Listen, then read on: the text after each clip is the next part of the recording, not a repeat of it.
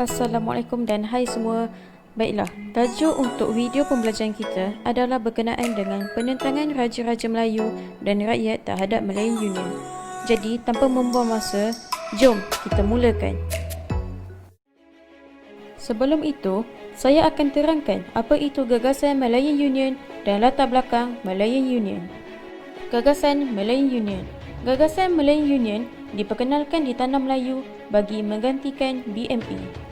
British berhasrat agar Malayan Union akan melicinkan sistem pentadbiran, meningkatkan pelaburan ekonomi, mengukuhkan pertahanan dan mengekalkan orang asing sebagai sumber tenaga kerja untuk meningkatkan ekonomi. Latar belakang Malayan Union. Unit perancang Tanah Melayu yang diketuai oleh Major General Raphon diberikan tugas untuk merangka satu bentuk pentadbiran baharu di Tanah Melayu yang dikenali sebagai Malayan Union.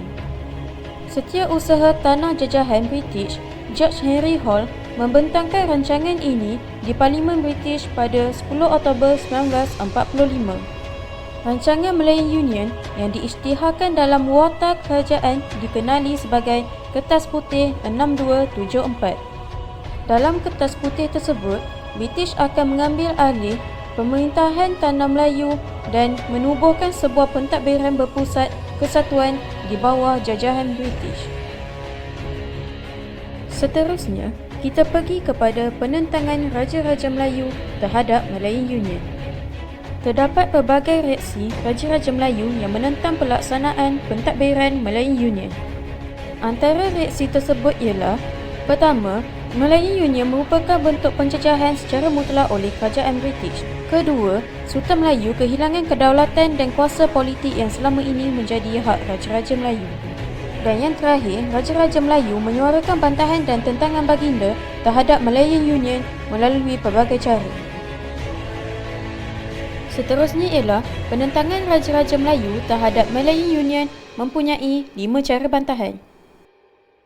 Cara bantahan yang pertama ialah membawa kes Malayan Union ke Mahkamah Tinggi England. Cara bantahan Raja-Raja Melayu yang kedua pula ialah menghantar surat bantahan ke London. Seterusnya, bagi cara bantahan yang ketiga ialah menyokong Kongres Melayu. Cara bantahan yang keempat pula ialah Permaisuri Perak memimpin gerakan menentang Malayan Union. Dan cara bantahan Raja-Raja Melayu yang terakhir ialah memulaukan upacara pelantikan Gubernur Malayan Union. Seterusnya, bagi cara bantahan Raja-Raja Melayu yang pertama, iaitu membawa kes Malayan Union ke Mahkamah Tinggi England. Persidangan Raja-Raja Melayu di Istana Iskandariah Kuala Kangsar pada bulan April 1946 memutuskan untuk mengemukakan bantahan melalui Mahkamah Tinggi di England. Sultan Perak, Sultan Kedah dan Sultan Johor akan berangkat ke England sekiranya kehadiran baginda diperlukan di mahkamah tersebut. Menurut sistem perundangan British, McMichael mendapatkan persetujuan daripada Raja-Raja Melayu dengan cara tidak sah. Bagi cara bantahan Raja-Raja Melayu yang kedua pula ialah menghantar surat bantahan ke London. Sultan Kedah, Perak dan Johor mengutus surat bantahan kepada George Henry Hall mendakwa baginda dipedaya oleh McMichael. Beberapa orang raja mendakwa diugut supaya menurunkan tanda tangan tanpa menyedari akibatnya. Raja-Raja Melayu memohon British memansuhkan persetujuan yang ditandatangani itu. Tuanku Syed Putra Jamalul Lai juga mengirimkan telegram kepada kerajaan British di London untuk menyuarakan rasa tidak puas hati baginda terhadap tindakan McMichael. Baginda tidak diberikan peluang untuk mendapatkan nasihat daripada pembesar negeri sebelum memberikan persetujuan. Seterusnya, kita pergi kepada cara bantahan Raja-Raja Melayu yang ketiga, iaitu menyokong Kongres Melayu. Kongres Melayu turut disokong oleh Raja-Raja Melayu. Kongres ini diadakan untuk menunjukkan kesungguhan orang Melayu menolak Malayan Union. Sultan Hisamuddin Alam Shah ibni almarhum Sultan Alauddin Sulaiman Shah menderma sebanyak 15,000 kepada Persatuan Melayu Selangor yang menjadi tuan rumah Kongres Melayu pertama. Baginda juga merasmikan pembukaan Kongres ini. Cara bantahan Raja-Raja Melayu yang keempat ialah Permaisuri Perak memimpin gerakan menentang Malayan Union. Pada 28 Mei 1946, ahli Parlimen British tiba di Kuala Kangsar Perak, tempat Sultan Iskandar Shah bersemayam. Perhimpunan besar-besaran di Padang Bandar di Raja Kuala Kangsar menunjukkan raja dan rakyat bergabung untuk menentang Malayan Union. Tuanku Permaisuri Perak, Raja Perempuan Kelsum mengetuai barisan hadapan perarakan bersama-sama dengan wanita negeri Perak. Perarakan itu berjalan melintasi Raja-Raja Melayu, ahli Parlimen British dan pemimpin Melayu yang berada di atas pentas. Mereka sangat kagum dengan semangat yang ditunjukkan oleh Tuanku Permaisuri Perak itu. Cara bantahan Raja-Raja Melayu yang terakhir ialah memulaukan upacara pelantikan Gubernur Malayan Union. Raja-Raja Melayu memulaukan upacara pelantikan Gubernur setelah perjumpaan dengan Dato' Onn Jaafar di Hotel Station. Dato' Onn Jaafar mempersembahkan resolusi Kongres Melayu iaitu memohon Raja-Raja Melayu supaya bersama-sama dengan rakyat memboikot upacara pelantikan Gubernur Malayan Union. Ribuan orang Melayu yang berhimpun di Hotel Station melaungkan daulat tuanku dan hidup Melayu. Raja-Raja Melayu nekat memulaukan upacara pelantikan Gubernur Malayan Union iaitu Sir Edward John dan mengadakan sidang akhbar. Seterusnya, kita pergi kepada penentangan rakyat terhadap Malayan Union. British Military Administration menyiarkan berita gagasan Malayan Union untuk pengetahuan rakyat umum. Akhbar Majlis menyiarkannya pada 12 Oktober 1945 sehari selepas ketibaan McMichael. Berita Malayan Union mencetuskan kesedaran nasionalisme untuk menentang British. Bantahan terhadap Malayan Union dilaksanakan melalui beberapa cara. Di sini, saya akan sertakan 6 cara bantahan rakyat. Cara bantahan rakyat yang pertama ialah bantahan akhbar Melayu. Cara bantahan rakyat yang kedua ialah bantahan cendekiawan. Bagi cara bantahan rakyat yang ketiga ialah bantahan Persatuan Melayu. Cara bantahan rakyat yang keempat pula ialah bantahan di negeri Kedah, Kelantan dan Johor. Seterusnya, bagi cara bantahan rakyat yang kelima ialah mengadakan Kongres Melayu. Dan bagi cara bantahan rakyat yang terakhir ialah UMNO menganjurkan bantahan secara besar-besaran. Bantahan akhbar Melayu.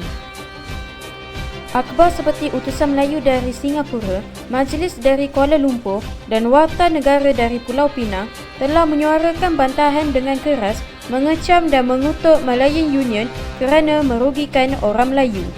Akhbar ini menyeru orang Melayu mengadakan perhimpunan besar-besaran untuk menolak gagasan Malayan Union. Akhbar ini sentiasa melaporkan perkembangan berita penentangan orang Melayu terhadap Malayan Union. Di sini merupakan contoh keratan akhbar yang diterbitkan pada ketika itu. Dari pandangan sepintas lalu, dapatlah diketahui bahawa cadangan Malayan itu menguntungkan orang bukan Melayu. Hal ini amat mencemaskan fikiran dan perasaan orang Melayu mengenai hari depan mereka. Para Sultan hendaklah menimbangkan dengan sepenuh hati cadangan Malayan Union ini sebelum menyetujuinya. Sumber diubah suai daripada utusan Melayu pada 12 Oktober 1945. Hari lahirnya Malayan Union itu adalah hari-hari yang sehabis-habis sedih bagi orang Melayu. Oleh itu, orang-orang Melayu haruslah berkabung menandakan kesedihannya dan perbuatan berkabung itu mengandungi perasaan yang dalam maknanya bagi orang Melayu itu sendiri. Tuhan sentiasa menyertai pihak yang benar, berkabunglah kerana kita terpaksa berkabung. Sumber diubah suai daripada Warta Negara pada 3 April 1946. Seterusnya, cara bantahan rakyat yang kedua ialah bantahan cendekiawan. Bantahan cendekiawan terdapat dua jenis. Yang pertama adalah tokoh pentadbiran Melayu. Pemimpin Melayu seperti Dato' Onn Jaafar, Dato' Nik Ahmad Kamil, Zakbar, Tengku Muhammad, Dato' Abdul Wahab Abdul Aziz, Wan Muhammad Yusof dan Dato' Hamzah Abdullah telah menggerakkan orang Melayu menentang Malayan Union dengan pelbagai strategi.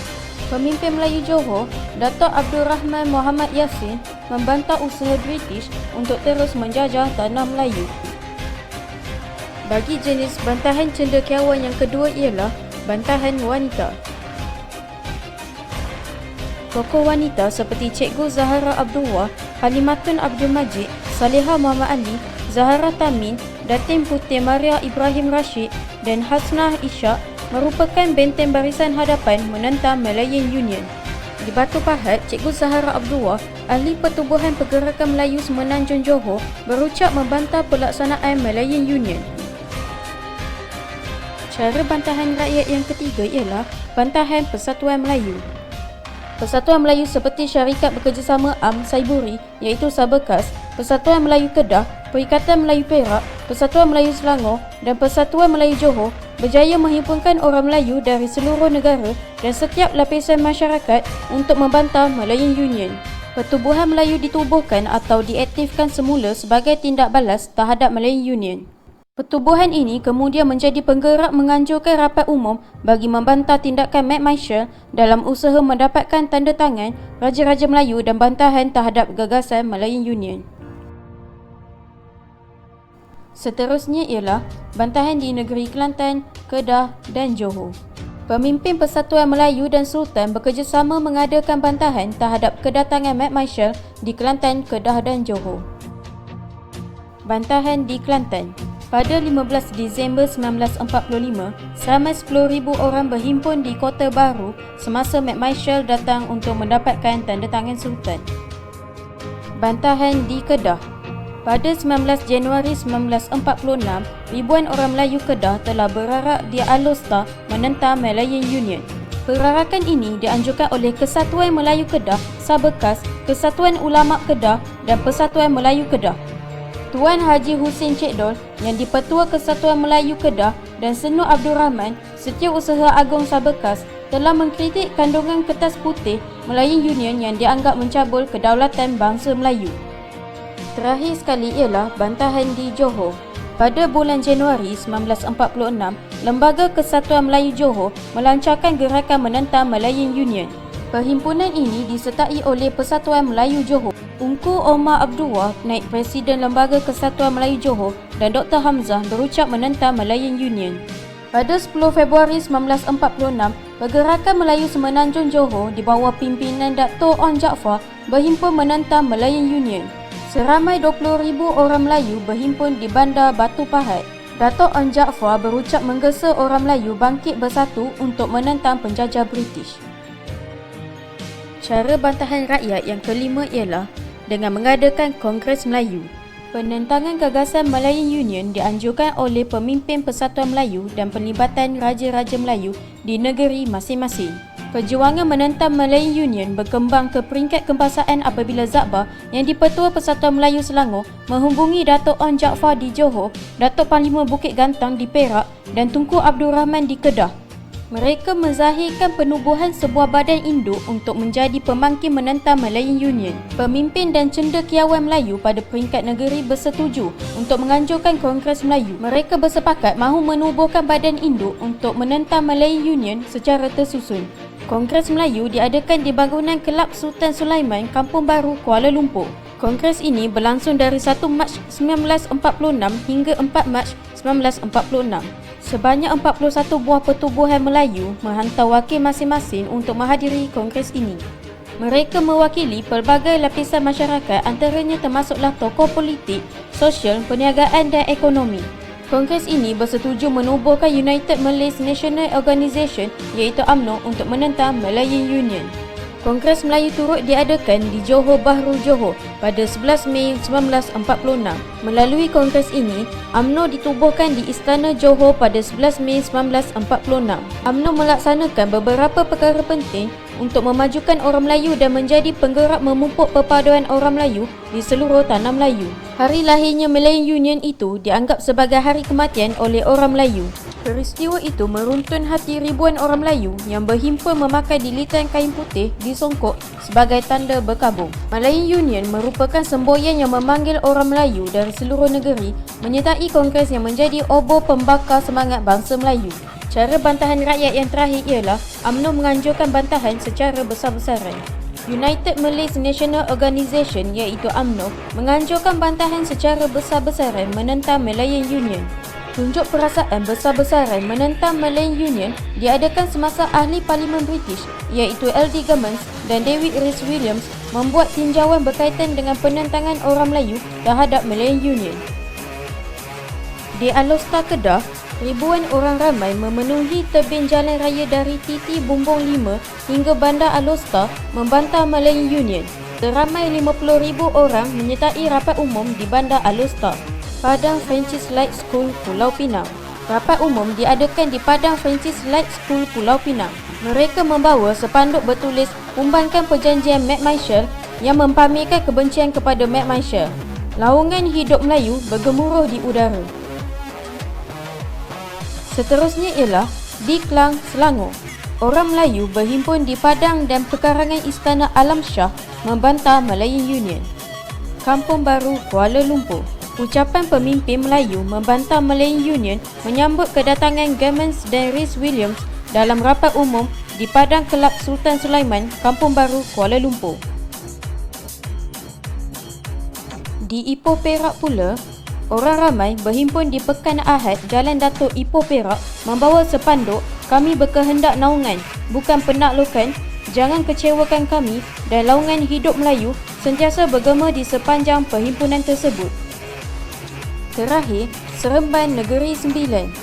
Orang ramai berbaris panjang di jalan masuk istana dengan membawa sepanduk bertulis "Kekalkan tahta kerajaan Raja-Raja Melayu dan McMaster ialah imperialis." Gummins dan Rhys-Williams membuat laporan kepada pejabat tanah jajahan bahawa Sultan yang menandatangani perjanjian Malayan Union tidak menyedari akibat daripada perjanjian tersebut. Mereka menyokong sepenuhnya cadangan Raja-Raja Melayu terhadap penubuhan persekutuan tanah Melayu.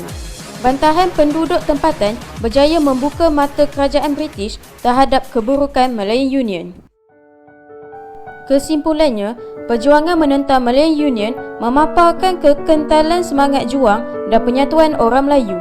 Semangat patriotik seperti ini sepatutnya menjadi pegangan kita untuk mempertahankan maruah bangsa dan negara. Jadi, itu saja daripada saya. Jangan lupa like, subscribe dan share. Terima kasih dan bye semua.